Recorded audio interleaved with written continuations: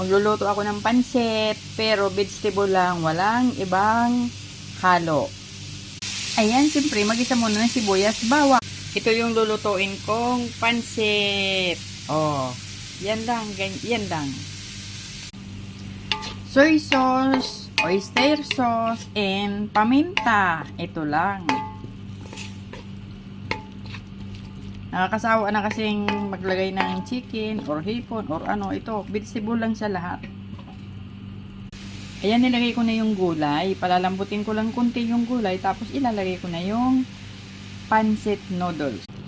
Ayan, nilagay ko na yung pancit. At iilalim ko sa dito sa gulay para mas madali siyang maluto. Ayan. Dali lang naman to lutuin. Ayan, luto na ang aking noodles pancit. Thank you for watching.